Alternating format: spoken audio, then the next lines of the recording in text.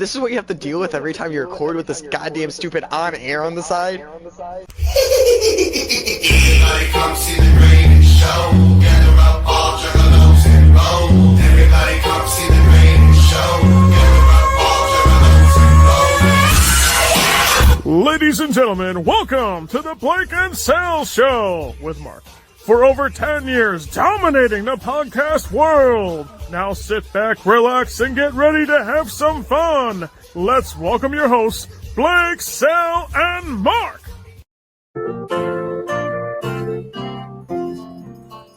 On the first day of Christmas, my true love gave to me a partridge in a pear tree. On the second day of Christmas, my true love gave to me 2 turtle doves and a partridge in a pear tree. On the third day of Christmas, my true love gave to me 3 French hens, 2 turtle doves And a partridge in a pear tree. Hello and welcome to the Blake and Sal Show with Mark, episode number 537. I am one of your hosts, Blake. The Blake and Sal podcasting is off this week and next week for personal reasons, and he'll be back for Christmas special in a couple of weeks. But moving on, first of all, regular co-host, the man, the myth, the legend, Mark Dad. How you doing? Hi, everybody. I'm doing well. Doing well. Okay. Let's bring on our special guest co-host. Took its intro. Let's do it.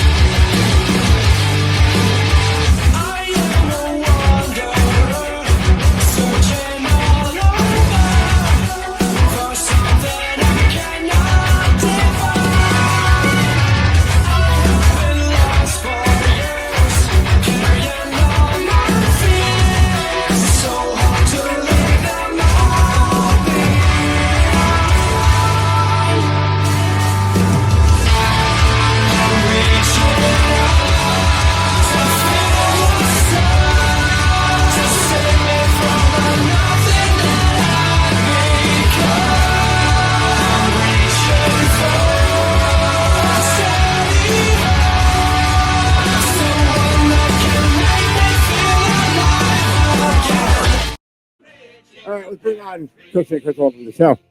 Hello. Wow. Not forgiving you for you. Hang on. Before we get to that, Dad, what did we open the show with? Hey, we opened with the 12 Days of Christmas with John Denver and the Wonderful Muppets. I mean, I can't argue with the Muppets ever. I'm not gonna lie. I can never argue with the Muppets. They're cute. What do you expect? So by the way, notice I'm trying some new graphics here on the bottom third here. Have a little more some things. Ooh, very cool. Very cool. So, all right. So Cristian over here wants to kill me because I don't tell people what's in the cold open most of the time. I just kind of throw it in there. What the fuck? Like, what the hell? Welcome to the show. I'm gonna embarrass like the rest of us. Yeah. Embarrass like the rest of us. So, by the way, if you're wondering, Cristian got sick last like 2 weeks, and he's still getting over a really bad cough. I'm going to try to maintain his volume the best I can, but his girlfriend. I do apologize. His girlfriend got him sick, so we'll just leave it at that.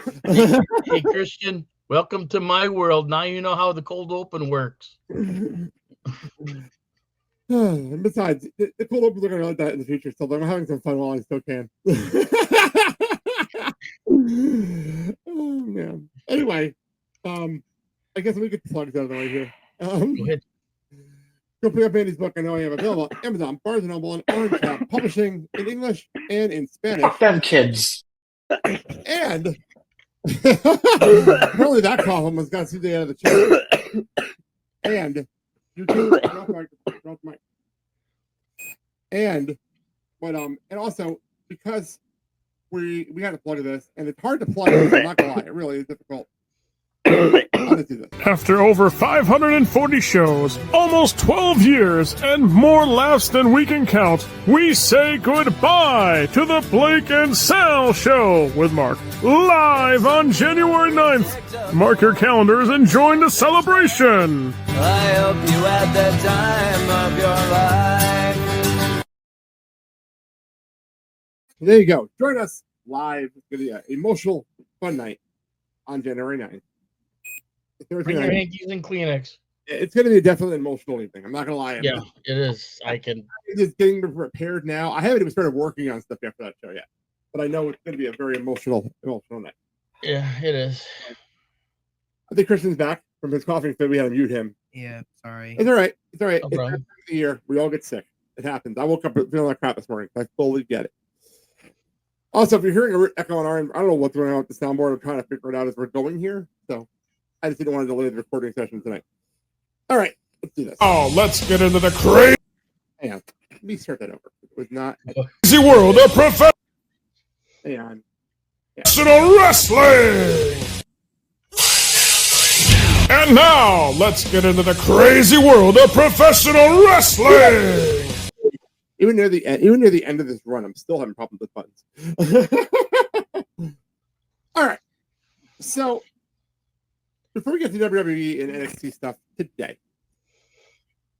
we have something that I found that I'd like to bring to everybody's attention. It's okay. Let me try to explain this. Eric Hawani show. Eric Bischoff was on the Eric Hawani show. And this popped up on my TikTok page. I really wanted to share it. Okay. He had some things to say about AEW.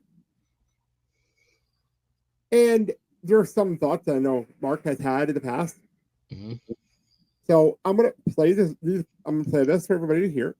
And then we're going to talk about the thoughts of one Eric Bischoff on the Eric Hawani show. Here we go. Okay. What about your take on the current state of All Elite Wrestling? What do you think? Horrible. Come on. It's just, I mean, I've given up. You know, I used to get really frustrated with him because I actually hate seeing people screw up good opportunities. I know what that feels like, and I know how hard good opportunities are to come by. So when you see somebody just shooting themselves in the foot day after day, week after week, in every possible way, it's frustrating for me, and I would vent that frustration. Now it's just like, yeah, whatever. Yeah, hope for them. Nothing's going to turn that company around. There's no light bulb going to go off in anybody's head and all of a sudden realize, oh, this is how we actually get people to watch TV. They have no idea what they're doing, and they're too stubborn to learn. Like the way NWO turned WCW around, there's no chance of any of that. Not there. Why not? Because there's nobody there that knows how to tell the story. There's nobody there that knows what a story actually is. It's like, I use this analogy sometimes because it's easy to understand. Boy meets girl, boy gets girl. Boy loses girl, boy gets girl back. That's a story. It's not very compelling. Nobody cares. But if Shakespeare gets a hold of it, it's kind of like a version of Romeo and Juliet. Great story. There's stories. Dave Meltzer says the problem with AEW is there's so many stories people can't keep up with them. I kid you not, he said that.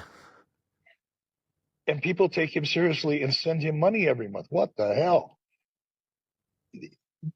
There's the stories, if there are any, are so bad that only the lowest form of wrestling intellect on the planet finds enjoyment in it.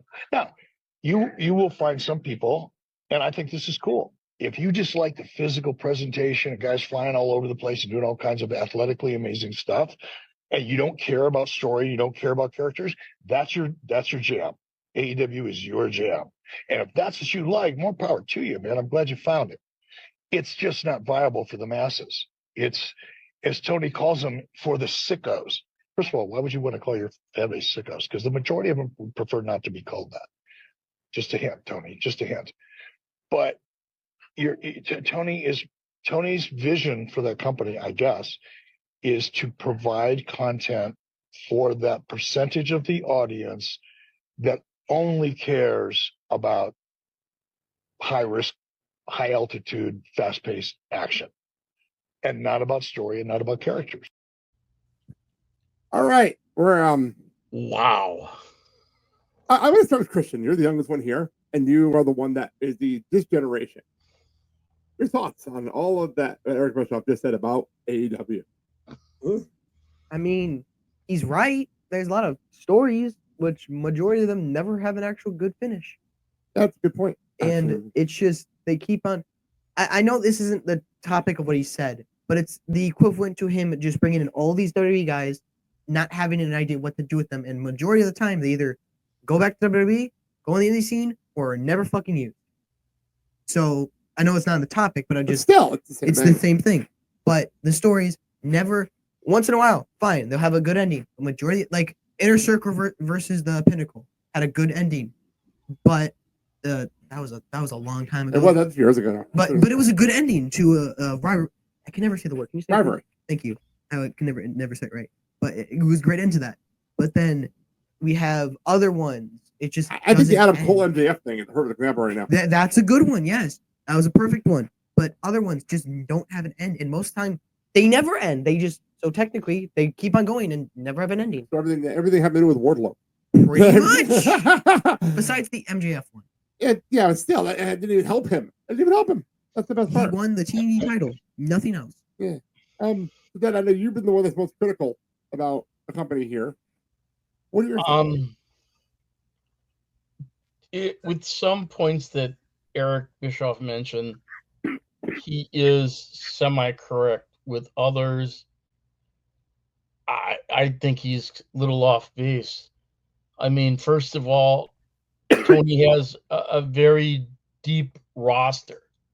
And I think that is part of the problem is his roster so deep that his writers just can't come up with enough creative content to keep interest. The storyline that was besides Adam Cole MJF was Hangman Adam Page and Swerve Strickland. And that came to a climax, and that was a very good storyline. Now, with Bobby Lashley coming in and you have the Hurt Syndicate, it's just a retooling of the Hurt business from WWE. No one wants to see that. No one wants to have that because it didn't work so well in WWE. What makes you think it's going to work well in AEW? Because once again, you're going to have that group get lost in the shuffle. What you should have done is when Lashley came in, is make him a big badass powerhouse to go on his own, kick some ass, look at a championship, that he could take any championship belt, look for a match, and then when he gets the belt, have MVP come to him and say, hey, I think this would be good for you. What do you think? And then have Bobby Lashley kick MVP's ass. Because we don't need a rehash of the Hurt business. It didn't work in WWE. It's not working in AEW. And you can see that direction, how it's going to go. What they need to do is hire some creative writers. Freddie Prinze Jr., if you're available, give them some major cool ideas. Dad, he's too busy hosting a podcast now. He makes way too much money hosting a podcast. There you go. You just said. And here's the thing: how much of what Eric Bischoff has said is determined on what he's getting money and paid from WWE. Okay, well, I'll say two things here. First of all, Bischoff is independent. He's not being paid by anybody. He's being paid by Conrad Thompson and the 83 podcast. That's number one. Number two, the Hurt. I will always go down to the Hurt business. Didn't work in WWE because of Vince. Had nothing to do with them. Had nothing. The fans wanted it, and it was the right time for it because of the Black Lives Matter movement. So it was the right time for it. It didn't work because they had a racist on the book. That's why it didn't work. Nothing to do with the talent and nothing to do with the fans. It was an old racist running the show. Like you said, the fans actually wanted to see it. Exactly. It was the right time for it. And to add on top of them wanting to see it, even though he was a racist, he did give them titles. Well, he was a WWE champion. Bobby was WWE, and at the time with the Hurt business, he was US, and then what were the other two? Shelton and Cedric were tag champions, and then MVP was just but like the fact of the matter is that we didn't work. Had nothing to do with the fans. No. So just a reminder of that. Christian, I- you were going to say something. Right. Go ahead. I'm sorry. I didn't mean to cut you off. Sure, no, you didn't You're cut him fine. off. I was just You're we were fine. letting you finish your rant. Go ahead. But what you said about having to get good storylines, that's going to be a whole challenge in itself. It is. And I Unless understand right they now we're in just- C2. Right now we're in the C2, so they have their own built-in thing going on right now. Unless That's they fine. pull something, they're not going to get shit.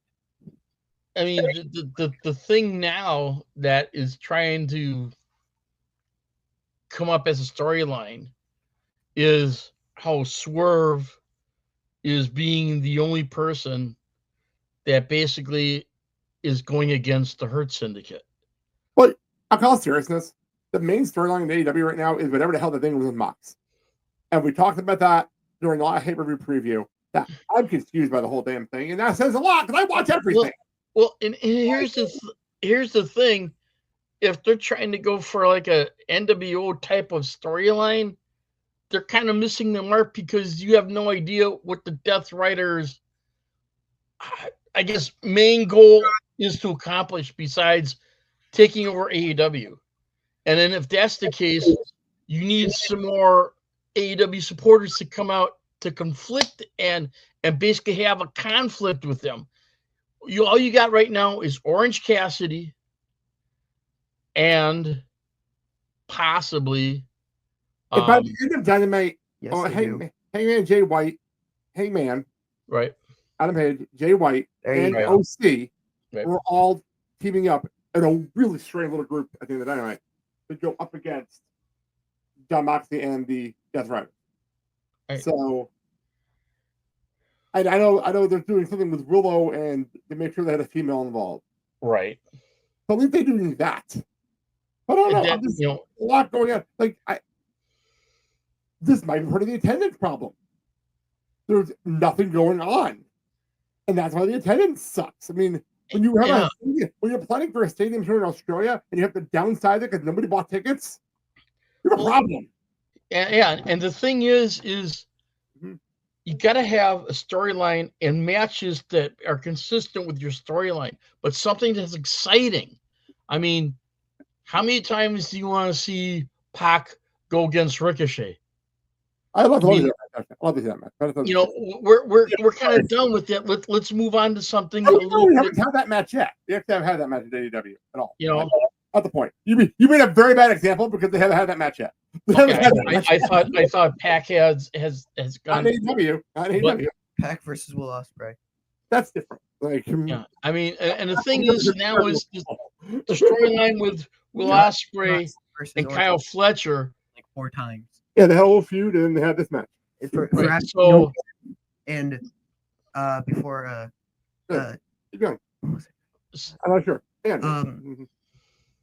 It's sad that you have to downsize the arena size so you can actually fill your seats because people won't buy your goddamn product, will buy your tickets, won't buy the product pretty much Yeah, exactly. Same to thing. watch it because you're dumb enough, you're stupid as hell to not have any storylines or anything good happening, so you just have to downgrade, which is again pretty sad.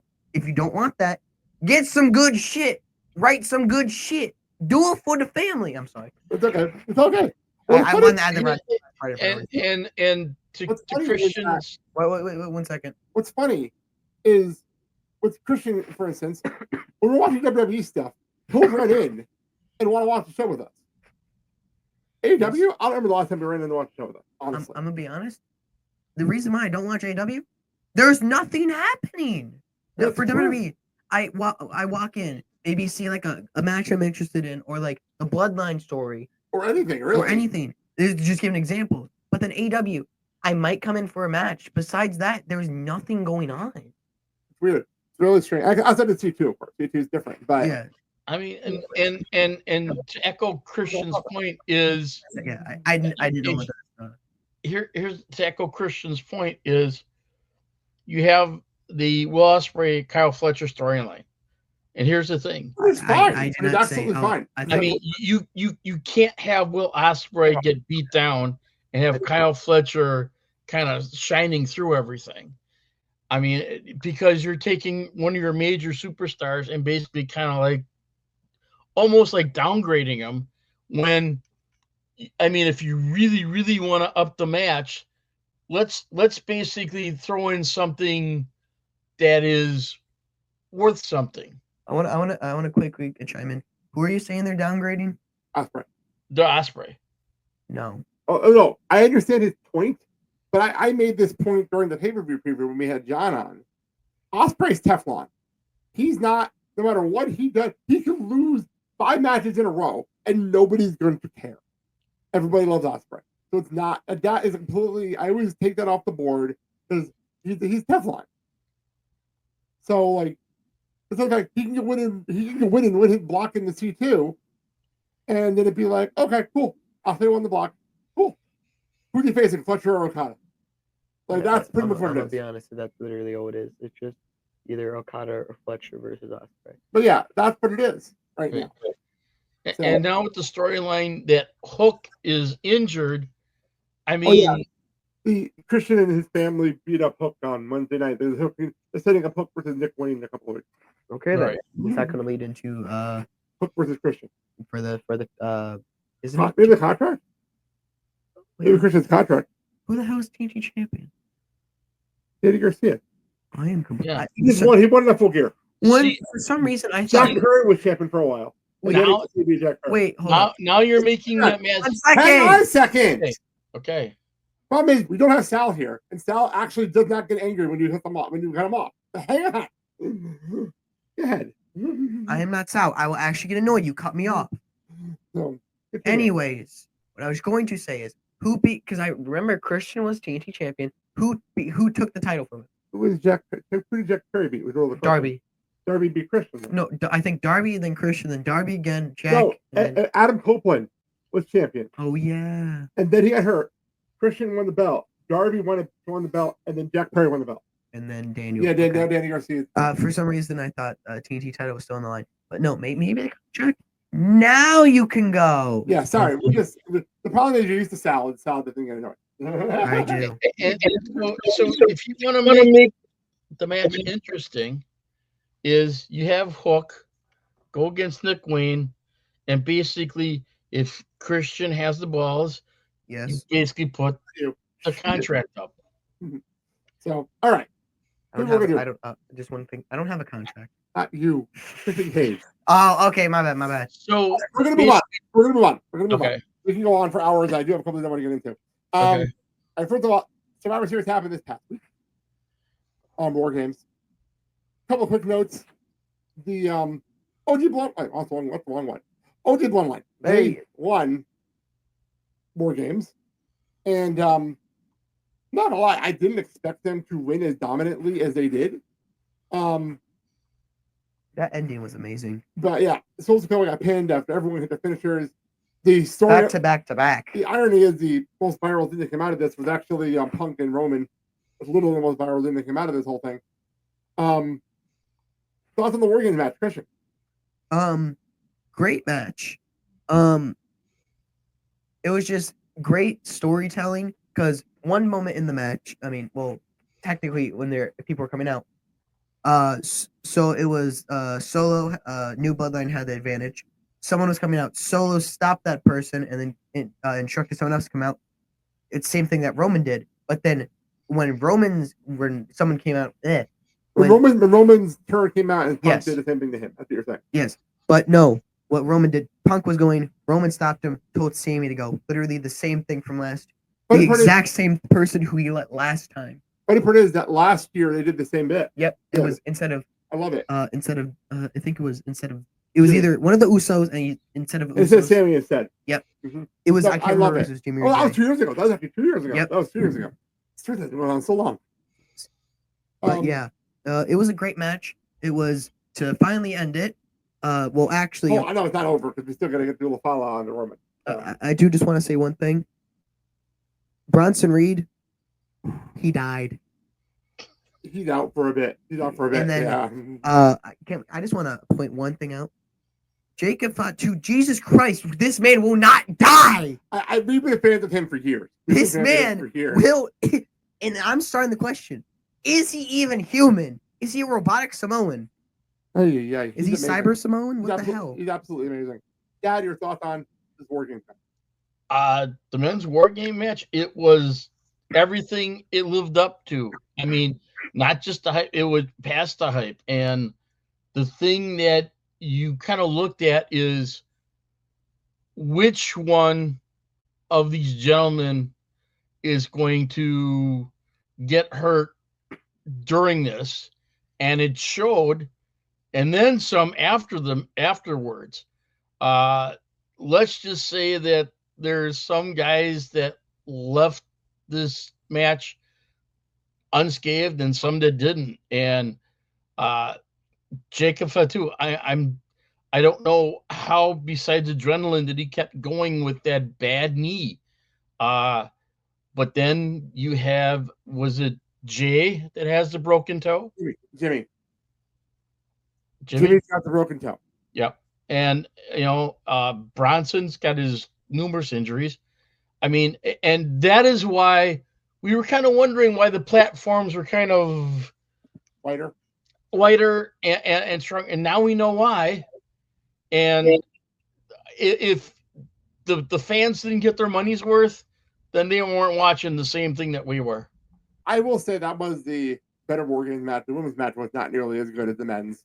The women's was fun though. Yeah, but it wasn't nearly as good storyline wise and energy wise. I do just want to, because I just really want to see the finish for the Bloodline. Double super kicks to Solo, got him in the corner, haluva kick, but no, it is a hell of a kick. Okay. Into a GTS, into a spear. 1, 2, 3. That was it. That was OG Bloodline finish. wins. What a crazy finish. But I gotta say one thing. Jacob Fatu. What was it? Broken leg?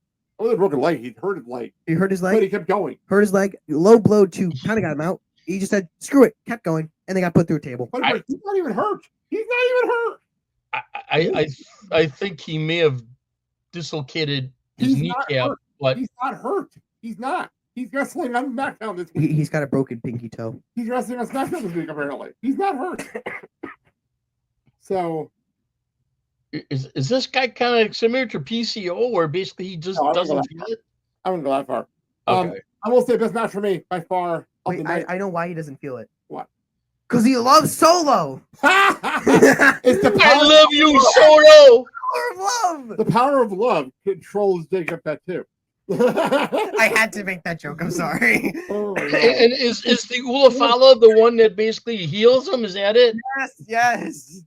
After every match, he brings the Ulafala that he gets healed. So he's like good for the next match. I just see you writing it down from the corner of my eye. Sorry, I was writing a note down. Oh.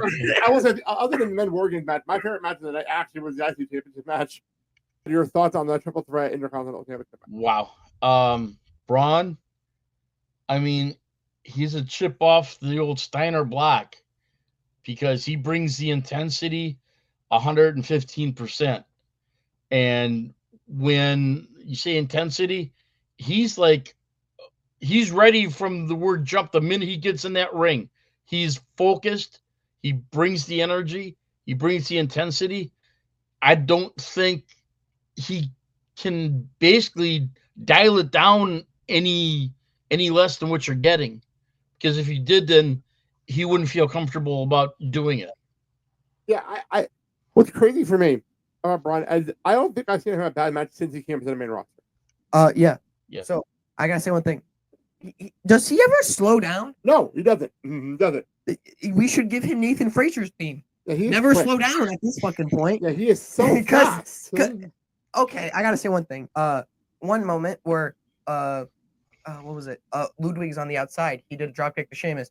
You just see Braun. You don't even see him run. You just see him fly into the camera frame into a fucking shoulder tackle like a goddamn missile. And then another one, which was pretty much the finish.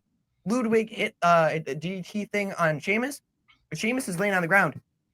Braun just says screw it, jumps over him and spears Ludwig on the other side. I know, it's insane. I can't get over how crazy he is. But I do want to give credit to Sheamus, who almost won the match. Yes. And then Ludwig pretty much screwed him out of it again. And then Ludwig almost won, and then completely just got his shit cut in half. Yeah. That spear is incredible. I cannot lie.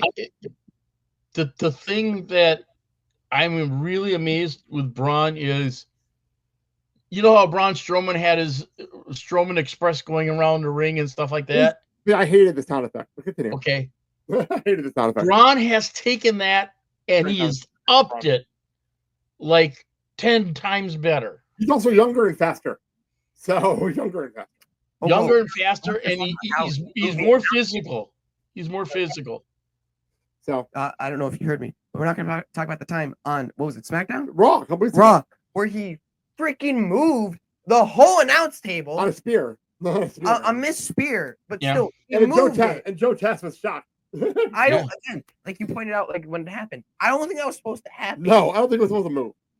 No. So, all right, the other note I want to make sure we can really bring up title changes. These big title changes that surprised everybody, surprised most people.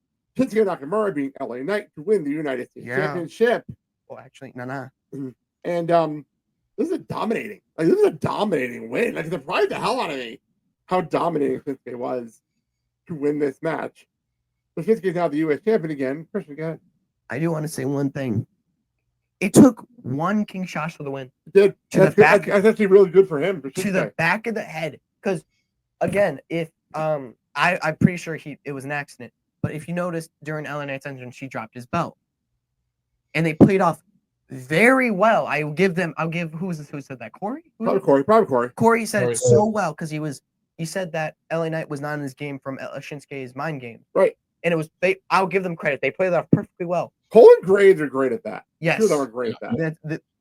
With Vince not in their ear, they can They're pull it off fantastic. perfectly. They're fantastic commentary. But Shinsuke completely dominated this entire. I think LA Knight got some up. I'm not saying at the beginning of the match, and the rest of it was all Shinsuke. He got some offense in here and there. The beginning of the match was his, but then after that, Shinsuke took over. One King Shot is all it took. 1, 2, 3, 2, and King Shot to the back of the head, may I say? And Jesus Christ, I really thought he broke his neck for a moment. So, Dad, your thoughts? It seemed LA Knight wasn't focused. And I don't know if that's him playing the storyline angle, but the one thing I do recall is that one move where he comes up and he's like on the trying to go with the top rope, middle rope. One of his legs slipped again. So I'm not sure if he has a legitimate injury that he needs a timeout to heal or what. It's a lot more than you realize. So I think there's something that he needs to heal up from. Yeah. Now he's got the time to do it. No, it took him a second. That was funny. So, anyway. All right, so that is that. Let's move on to. It's funny because last week, because we were talking about the end of the podcast, we were joking on how we were setting up the New Day breakup. We don't see you, right? We were talking about the New Day ending and back off. And so last week we were playing the clip of Kofi and Xavier going back and forth. Well, this week was the New Year 10-year anniversary celebration. So I'm going to set up. Thank you WWE for these clips. I don't want to get into overplay, so thank you WWE for this clip from their Instagram page. So let me set this up. We're in the ring, and we do this whole spiel on the New Day, Kofi and Xavier thanking the fans for 10 years. The crowd starts chanting for Big E, and then Xavier says, "We miss him too." But then Kofi's going to go say, I think he's about to say, "We're going to break up as a team." The minute he says this, Big E's music hits. He comes out. He starts talking about how he wants to be their manager. By the way, Joe Tess made a point. That was the first time he's been on Raw in 4 years, which is crazy. Because of Raton, am I correct? Yeah, because of an injury. But here's what happened next. So Big E did this whole spiel. The crowd behind him. I'm going to be back. I'm going to be your manager. Now, you want to come back? After you watched us fight for months, after you watched us argue to the edge of the cliff and the last thing left to do was jump, now you want to come back? E, you left us.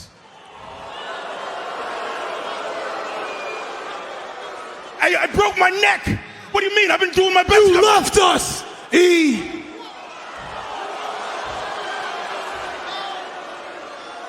Yeah, you broke your neck. So what? Matter of fact, E, let's stop teasing all these people. Let's tell them the truth, E. You are never going to be medically clear. Why don't you get the hell out of this ring and get back to your desk where you belong? I'm not gonna let you throw this away like that. Not like that. Come on, man. After a decade of this, I'm not throwing away like this. Come on, man.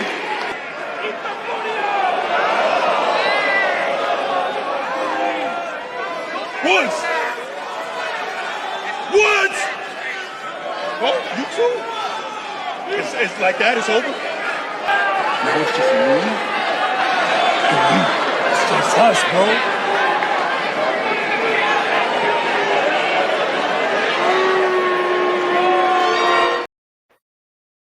So, before we even get into some things, first of all, number one, I saw a graphic the next day, and I will say this straight up: 2004, Evolution broke up. 2014, The Shield broke up. 2024, The New Day broke up. That is crazy.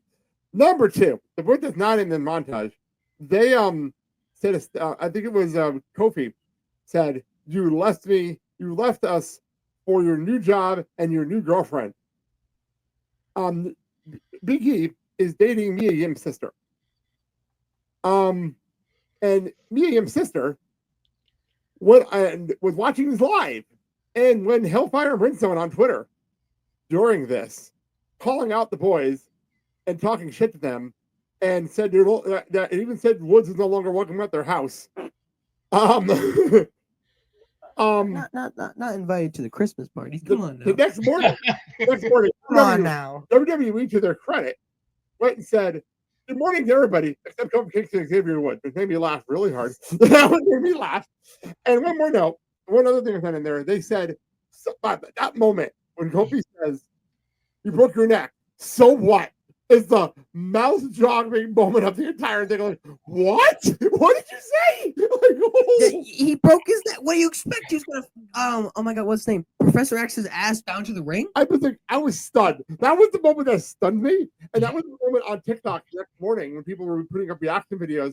That's the line that got everybody. Like, what? What did you say, Coach? The reaction that I would have liked to see, but I know he can't, is for Big E to basically go to Kofi and just basically kick the shit out of him. Well, that's not the storyline we're telling. I know, and now it's kind of like the two are turning on Big E, and it's not Big E's fault. I know, it was a moment and a half, and not the heel turn. That's how you do a heel turn. Holy shit! Well, I guess so, Christian, go. I guess you can say he broke his freaking neck. Oh, that was another thing that's not in here because they might put that in there. Kofi went and said, "So what? Stone Cold Steve Austin broke his neck and returned.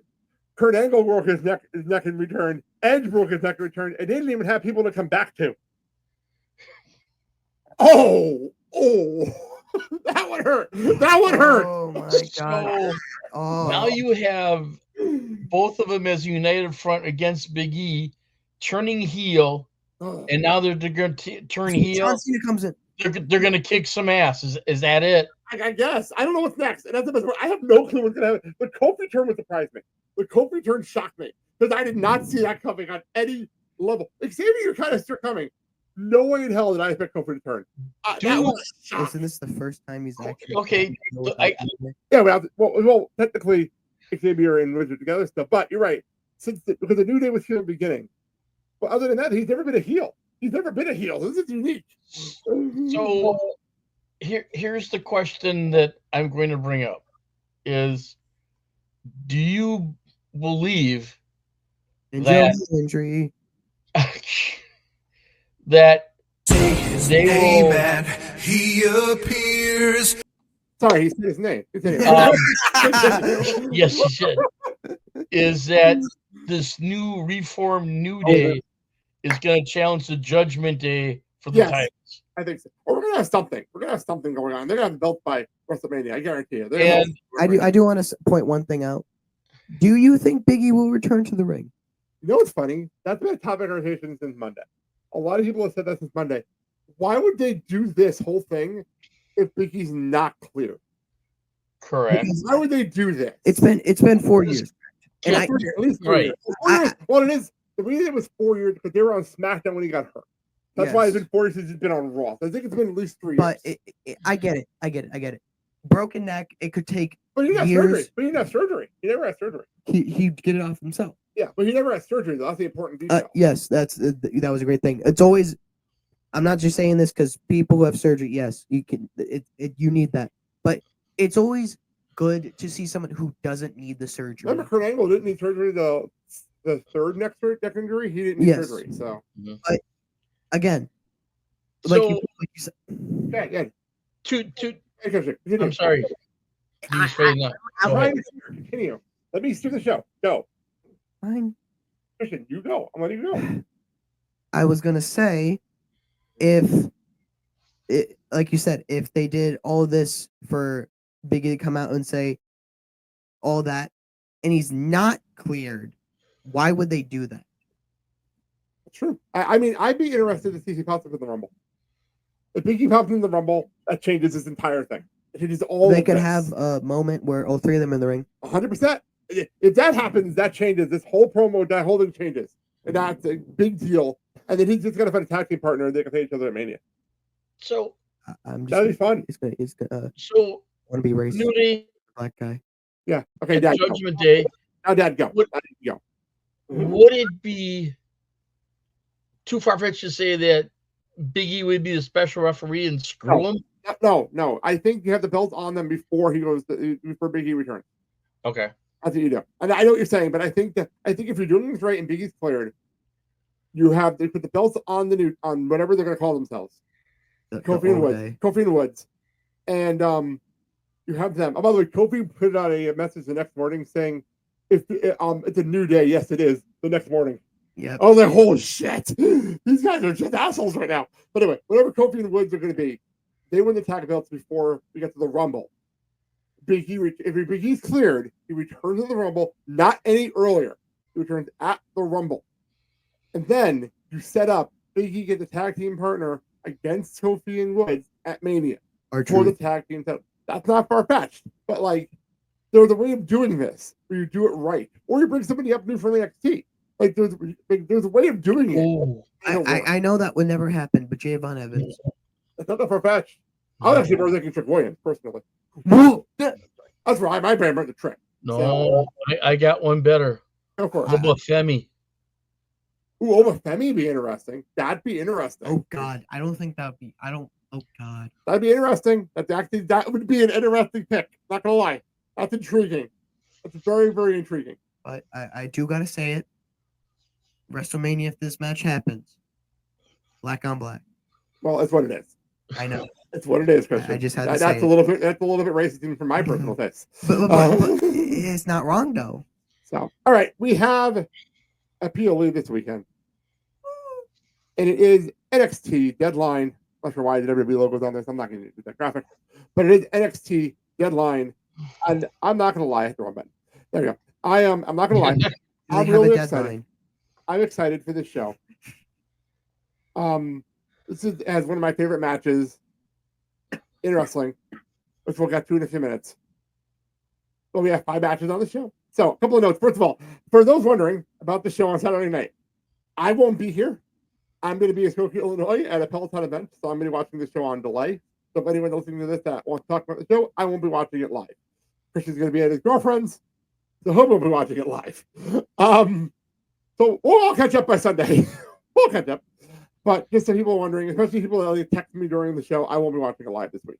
I'll be at a Peloton event. But anyway, we have 5 matches to talk about here. We'll start from the bottom. The top. The funny part about this, on a normal show, on like an NXT broadcast, this would be a main event match. But because of this show, it's not. It is the NXT Underground match between Jada Parker and Lola Vice. Break those ring ropes down and have the two of them beat the living shit out of each other. Lola Vice is undefeated in this match. That's an important note. Jada Parker is a fucking star. Christian, what do you think? I don't really know either of them. Oh, this is gonna be a fucking war though. But Lola, by the way, has an MMA experience. Yeah, I knew that one, and I do gotta say, Jada Parker.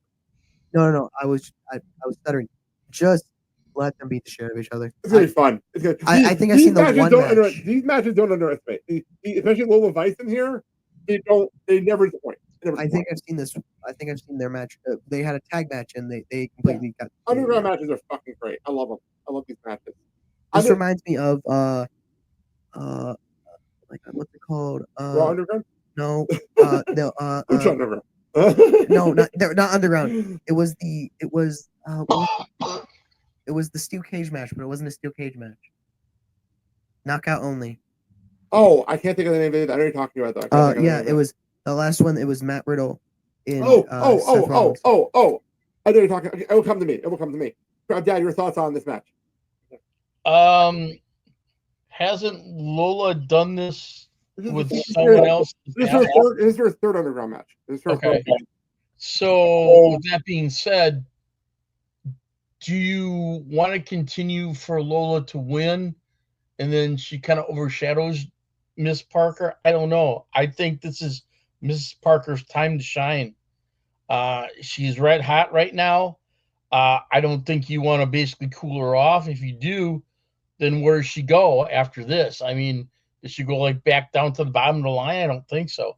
I think what you need to do is have Ms. Parker win and then put her in contention to go against the Prodigy.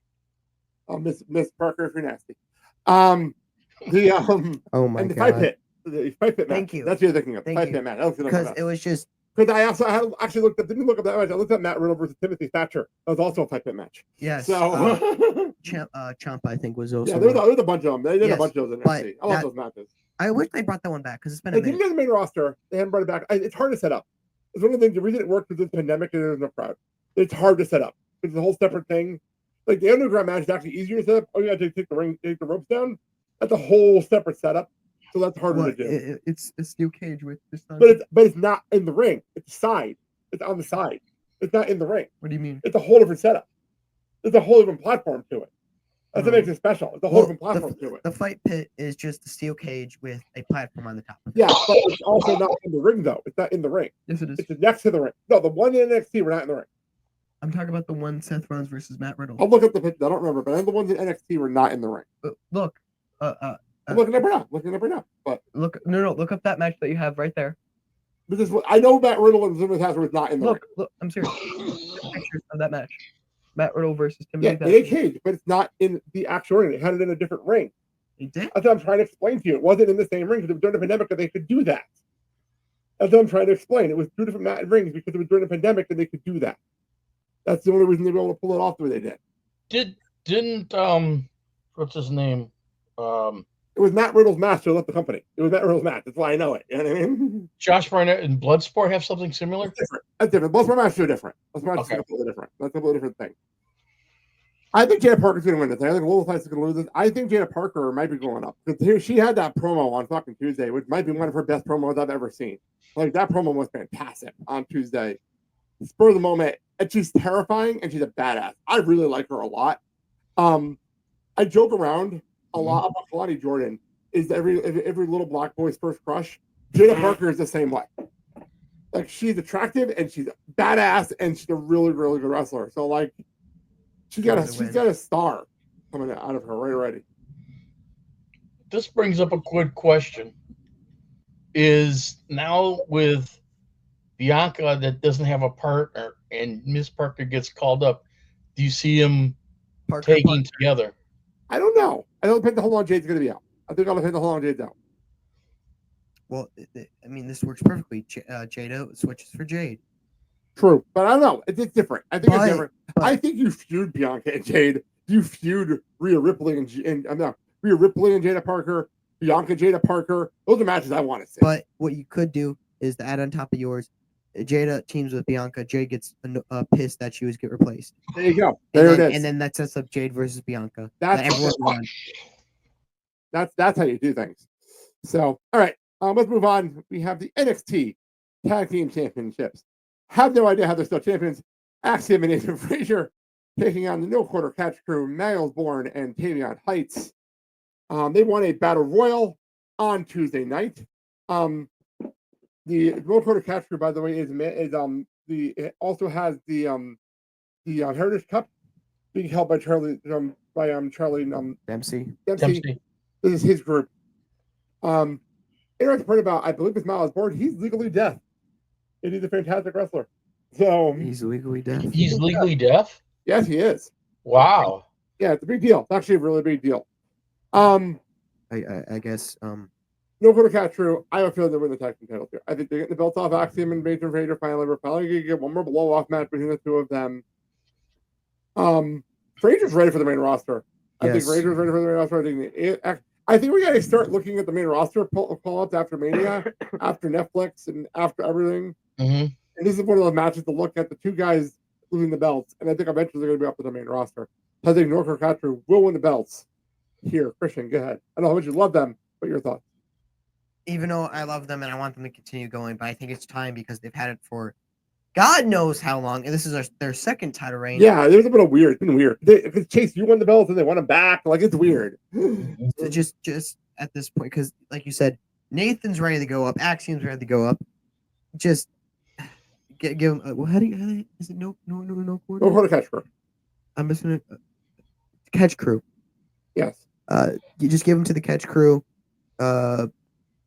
At this point, because they've had it from God knows how long. I think it'd be interesting to have New Blood have the belts too. I think it'd be interesting to have New Blood hold these belts finally. Yeah. Dad, your thoughts? I agree with you guys. I think this is where you have new champions because the storyline between Axiom and Nathan Frazier, the little infighting and bickering and whatever, now it's going to come to a head. So this is the way to do it. It's true. All right, let's move on to a match again. That would normally be the main event because of the specialty matches we have on this show. Will not be the main event. NXT Championship match. It is Trick Williams taking on Ridge Holland. There is no reason to take this belt off of Trick. There is zero reason for that. I think Ridge Holland is going to win. How do you even say that with a straight face? I can't. How do you say? Oh, never mind. Never mind. You can't. Disregard. So I think whoop that Trick's gonna whoop his ass and gonna take that title back. And oh great. There we go. I'm back. Sorry, my camera. Weird. Yeah, I didn't see anyone. I didn't see any of you. I was in the middle of something. There goes. There. Oh. You're fine. This guy. We can see you. Okay. Anyways. Again, whoop that Trick's gonna whoop his ass. Trick Williams gonna stay NXT champion, and I will. Still going on downstairs. Dad, your thoughts? I don't see them taking the belt off of Trick, at least not now, not yet. The only possible thing I can see him taking the belt off of Trick is if, say, all ego Ethan Page, which we'll get to another shot. We'll get to the Iron Star Talent in a minute when Christian gets back here. But yeah, there's no reason for a title change, at least with Ridge Holland. No, it just wouldn't make sense. No, I also don't like that even Ridge is here. Like, I had a long talk with a friend of mine, Josh, and he doesn't even like that Ridge is even in this match. He doesn't like the fact that Ridge got the title shot. He doesn't like the fact that Ridge ended Chase U. Like, he does not like this on any level. So, I don't know. I'm really torn on how to feel about Ridge being in this match to begin with. I guess the big question is what they do with Ridge. I mean, what do you do with him? I mean, do you put him behind the scenes as a trainer? Do you have him do PR or what? So, I don't know. That's an interesting situation. But, all right, Kristen's back. We can move on to our main events. The Iron Survivor Challenge matches. For those who are a little new to this and we don't know the rules to the Iron Survivor Challenge match, I'll put up a graphic here and I'll read the rules for those who don't remember them. In 25-minute time limit, 5 wrestlers wrestling in front of a contender. We have 2 superstars start the match. Every 5 minutes thereafter, a new superstar will enter it while all competitors are in the ring. Falls can be won by any time by pinfall, submission, or disqualification when a wrestler scores a pinfall. they will earn a point. When a superstar loses a fall, that superstar is forced to sit in a penalty box for 90 seconds before they can enter the match. The superstar with the most falls is the number one contender and the Iron Survivor. Meow. I don't know why that is so complicated for people, but that is the match. Can you go over the rules one more time? Sure, I will do that. Anyway, just in case for people who don't know. for you, all seriousness. No, for Uncle Sal watching. Make it simple. Most pinfalls when you get pinned, you go pinned or submitted, you have to go in the penalty box. It's simple. To put it in standards, it's kind of like a gauntlet match mixed with the championship scramble. Pretty much with the penalty box. With a penalty box, With a yes. penalty box. With So- hockey penalty box. So we have two matches, men's and women, and they were hinting. Oh, Jesus Christ. They were hinting at the end of NXT this week that the women are main eventing. So we'll start with the men. It is Wesley, Javon Evans, Javon, Nathan Frazier, Ollie Eagles and Page, and Eddie Thorpe, maybe. The reason I say maybe is because Eddie Thorpe was jumped at the end of NXT in the locker room. So I don't even know who's in this match officially. Isn't Eddie the one guy who pinned Ethan Page, and then Ethan got pissed at him? I don't remember, but I don't know who Eddie Thorpe Eddie is. Thorpe actually qualified in the last chance match on Tuesday. After being having interacted with Ava the last couple of weeks, and that's how he ended up in this match. But again, he got jumped on NXT at the end of the show. By? We don't know. We don't know anything. We just saw him laid out in the locker room as we went off the air. As a matter of fact, we saw it. Some people in the country did not see it because NXT has not learned how to do this damn broadcast on the CW yet, and the local affiliates go to the news no matter what you're doing. So you might want to learn that NXT because some people did not see the end of the show this week. It's the second time this has happened. It's happened with Zaria's debut too. They gotta learn their timing better. I'm torn on who I want to win this match, knowing Trick as champion. Even to say who when this match is happening. The last year I believe was at New Year's Evil, which is the first show of the new year for NXT. But they didn't say that this time. I don't know when this is happening this time. I'll start with that. Dad, what do you think? Who's winning the Iron Survivor Challenge for the men? Well, here's the thing. I think the last person that would be in contention would be Axiom. But he lost the qualifying match. But he lost the qualifying match, exactly. But here's the thing: you got an opening, and he's right there. So you want to know my opinion? Who I think who attacked it? It is Thorpe and will be in this match. Lexus King. No, you mentioned him earlier. Obafemi. Whoa! He's the one who jumped Eddie Thorpe, and Well, he was never in a qualifying match either. If that's the case, there's my pick. Yeah, But right. If he's not in the match, I'm gonna have to go with which I don't want to go with him, but that may what's gonna happen. Ethan Page. Ethan Page. I'm gonna go with Wesley. Personally, I was gonna go Wesley. Who? Who the hell is Wesley? Wesley. But no, I'm going Wesley personally. Just like Maxine. Sorry. Ethan Page is gonna be my pick. I'm still trying to figure who the hell is Wesley. Okay, so these guys have made. I got Wesley, not including Eddie Thorpe or even like Olafemi, whoever. Who's winning this match then? Now, pardon me, wants to say Nathan Frazier. You did, but I don't think that's going to happen. So what did you say, Dan? Sorry, we're making our own jokes over here. What did you say? I don't think it's going to happen. So I got to go with Wesley. Okay, Wesley. I think it's going to be a good match between him and Trick Williams. If no one heard what I said, I heard you. I laughed. Because he said Al. My dumbass said Al's Toy Barn from Toy Story. That's why I laughed. That's why Al's Toy Barn. Yeah. Okay. So, all right, let's get to the women's match. This is going to be. By the way, the women's roster in NXT is so fucking stacked. It is ridiculous. They had a match on Tuesday that could have been just the Iron Survivor Challenge match. That's how talented that match was. Like, that's insane. To do this match without people like Poor Jade or Roxanne. Roxanne's the champion. She's not going to win this match. But like to do this match without a lot of these women is amazing to me. But we had to narrow down to 5. Soruka, Stephanie Vakir, Zarya, Julia and Ren Sinclair.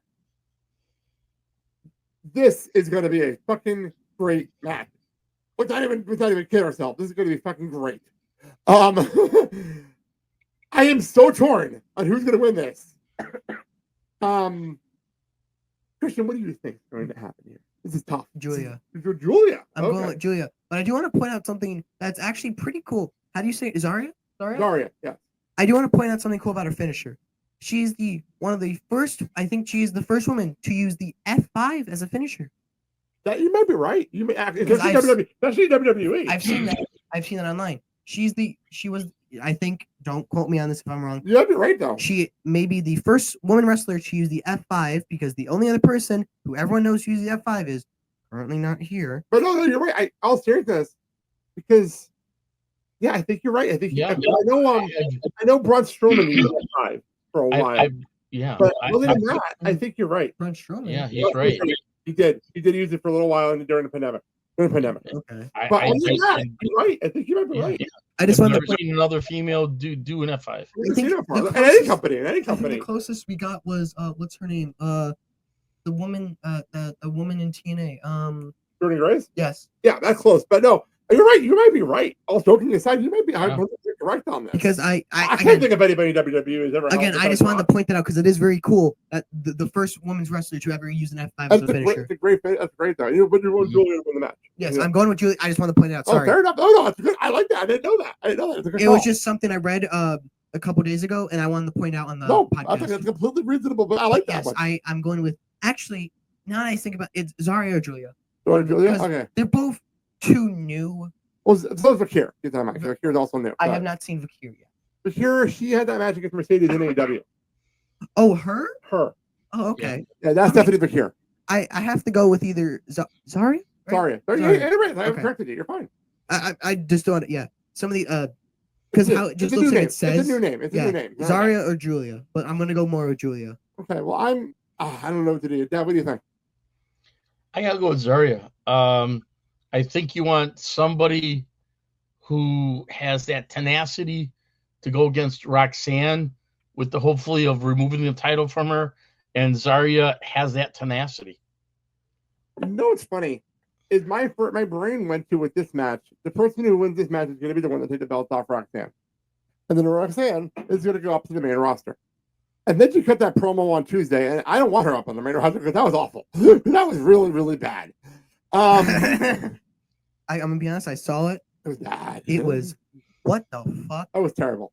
I don't think she was it me, or did she seem to be lost when she was doing that promo? My original thought was Zarya. That was my original thought process for this match.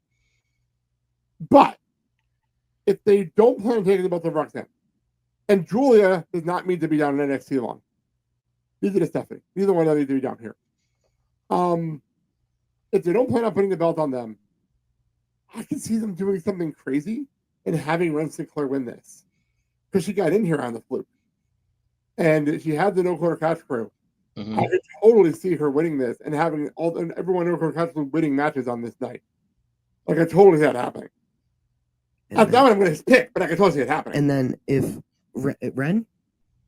Sorry, some of these names, how it looks like. That's one of those, what it says, what it looks like is how it's said. If Ren does win and then somehow beats Roxanne, you're fine.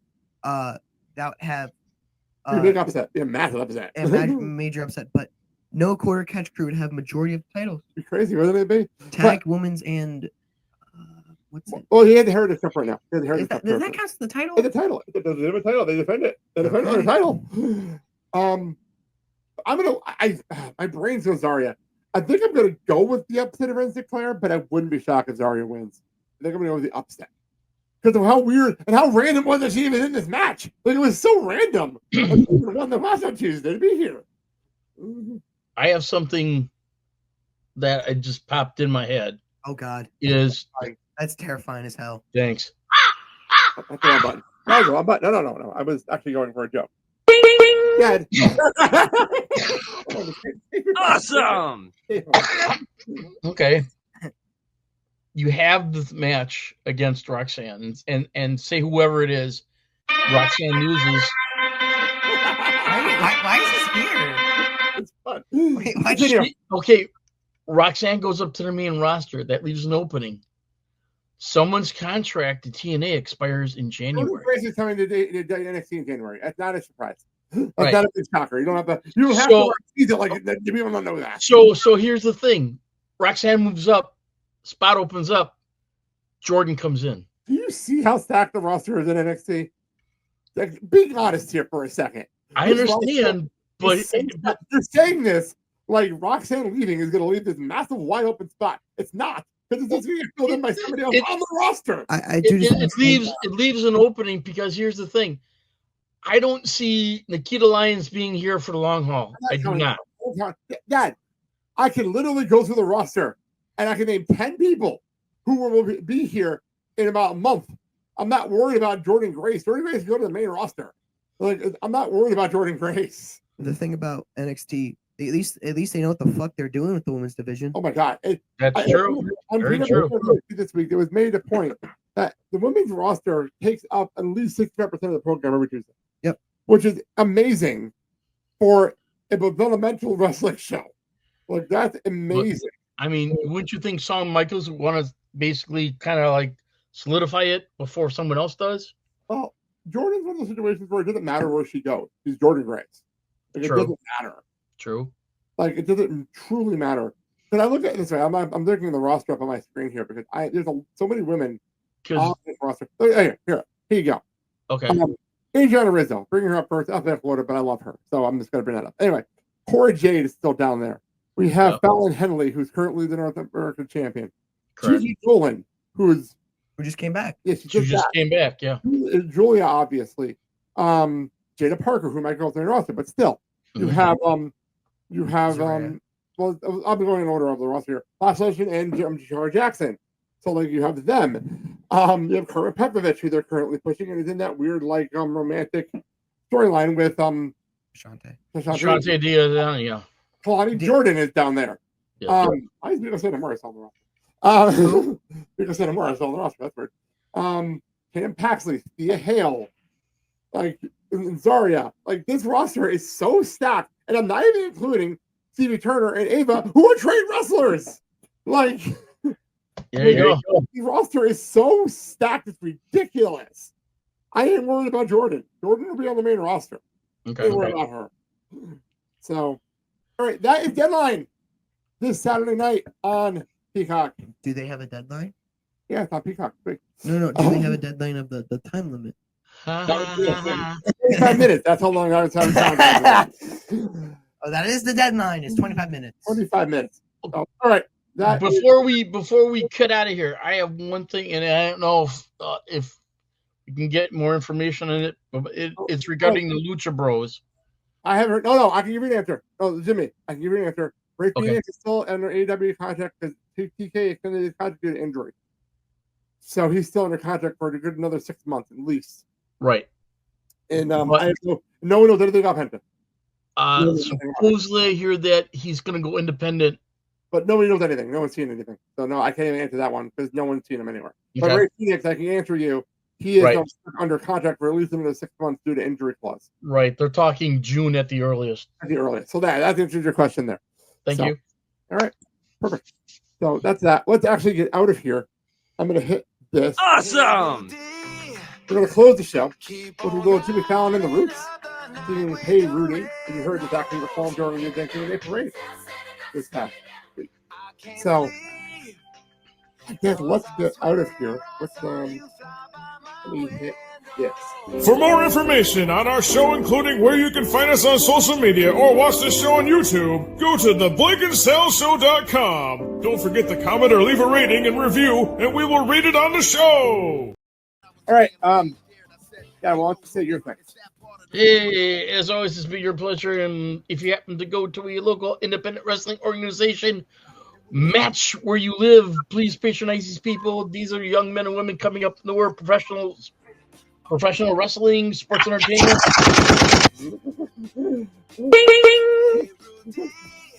They want to show you what they can do and how they can entertain you. And go for that brass ring for a major wrestling organization. And hey, it's the holiday season. Let's just be nice to each other. It doesn't take much. Let's just do it. And I can see Mark is being going off on a off here. tangent. Follow the buzzards. I'm sorry. Okay, I gotta next week, the three of us will be back here to talk about how Deadline went. We're going to look at the card for Saturday Night Main Event, which I'm really excited about. And that'll be that. And then it's our last show before the Christmas shows and the holiday shows. So that's our last normal show before the holidays. All right. That being said, I'm Blake. I'm Mark.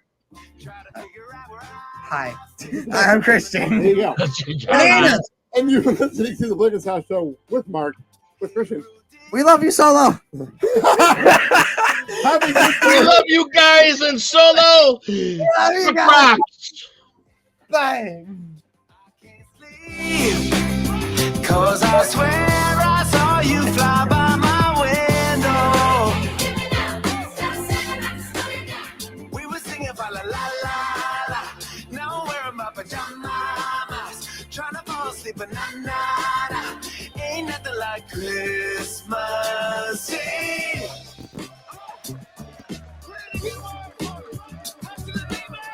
Thank you so very much. Goodbye. Mwah, and good night. Bye-bye, bitch.